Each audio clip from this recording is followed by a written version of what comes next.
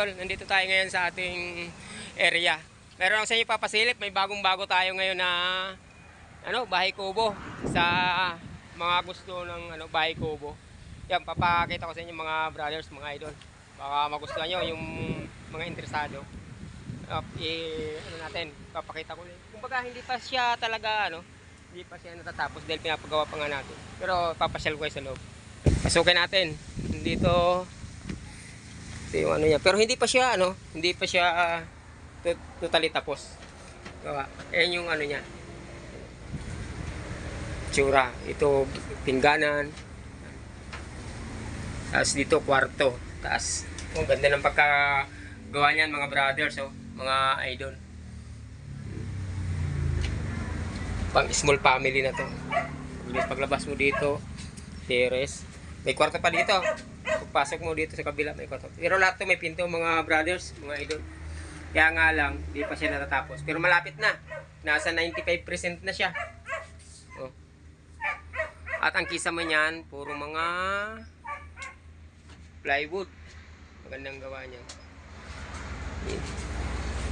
Yan mga brothers, pag nandito tayo, yan dalawang kwarto. Tapos dito. At sa labas, papakita ko sa inyo. Labas tayo.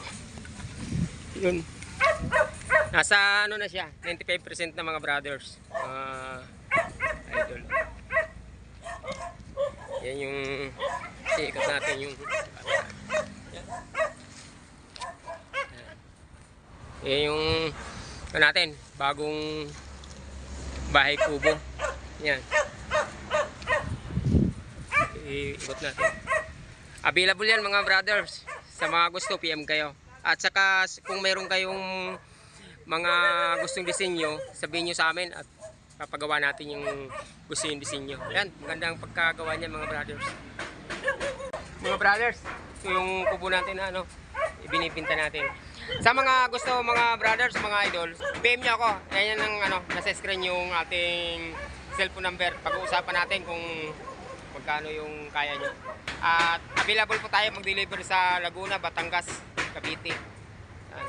Sa mga gusto, i-deliver po natin itong ako po mag-deliver sa inyo yan pagka gusto nyo. Yan, hanggang dito na lang ating video mga brothers. Yan mga pinasilip ko sa inyo. At marami pa tayong mga bahay kubo dito.